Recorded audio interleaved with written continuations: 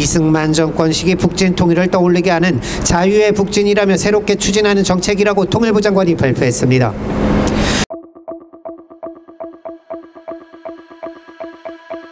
윤석열 정부의 전쟁으로 가는 행보, 그로 인한 전쟁 위기. 큰일입니다. 이제 대놓고 북진을 이야기하고 있습니다. 이미 실패한 정책으로 버려졌던 이명박 정부 시절에 비핵가방 3천을 떠올리게 하는 담대한 구상을 꺼내들고 온 윤석열 정부.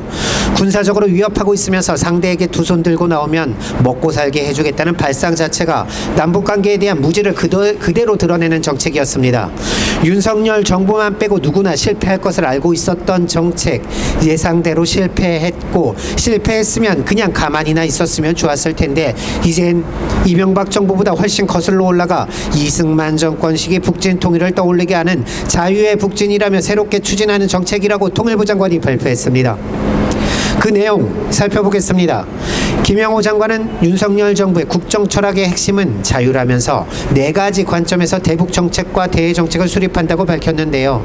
그 4가지 자유는 핵전쟁 공포로부터의 자유, 연대의 자유, 헌법에 보장된 기본권적 자유, 평화 통일을 통한 자유의 실현을 말합니다. 먼저 핵전쟁 공포로부터의 자유를 이야기하는데 한마디로 적반하장입니다. 지금 한반도에서의 핵전쟁 위험 누구 때문입니까? 대북 적대와 대립을 강화해온 윤석열 정부 때문입니다. 북을 대상으로 한미연합훈련을 역대급으로 강화하고 확대해온 게 바로 윤석열 정부입니다. 미국의 핵폭격기, 핵잠수함, 항공모함을 동원해서 북의 주요 시설과 주요 지도부를 제거하는 작전을 벌여온 게 윤석열 정부입니다.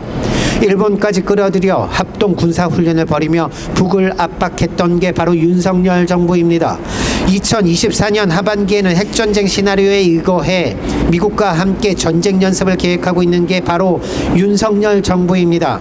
스스로 핵전쟁을 만들어가고 있으면서 적반하장도 유분수지, 마치 북의 위협에서 시작된 대립인 양 핵전쟁 공포로부터의 자유라며 북의 담대한 구상을 제의하고 핵 억제 체제를 구축했다고 말하고 있습니다. 두 번째로 연대의 자유입니다. 미국과 일본, 유럽연합 등 가치와 이념을 공유하는 국가들과 북핵 문제 해결, 북한 인권 증진, 한반도 평화를 위해 노력하고 있다고 밝혔습니다. 늘 얘기하듯 한반도 평화를 위해선 미국, 일본 등과 연대할 이유가 없습니다. 오히려 윤석열 정부는 한미일 군사협력을 강화하며 한반도 주변의 군사적 긴장만 조성하고 있습니다. 또 유럽연합을 비롯해 세계 곳곳을 나다니면서 북에 대한 제재를 호소하고 있는 것은 대립을 더욱 공고히 할 뿐입니다.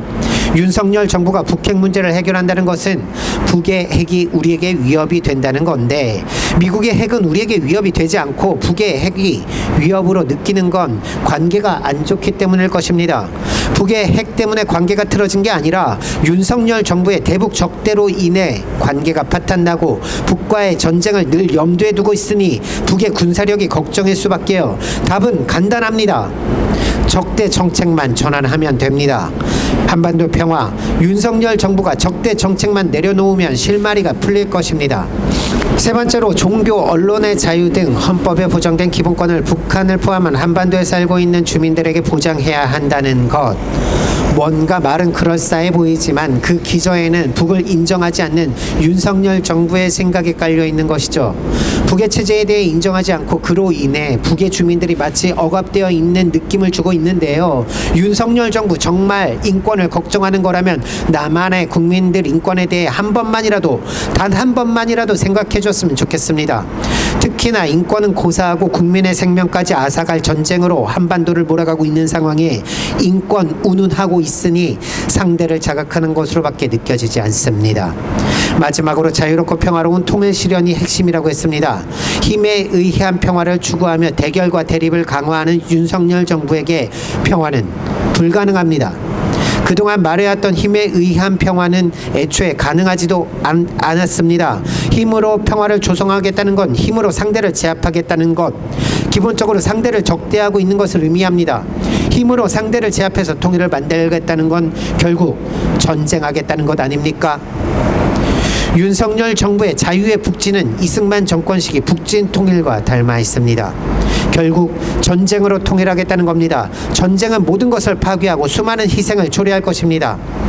권력을 꿰차고 있는 윤석열 정부의 고위 관료들은 전쟁 상황에서도 스스로 안전할 거라 생각할지 모르겠습니다.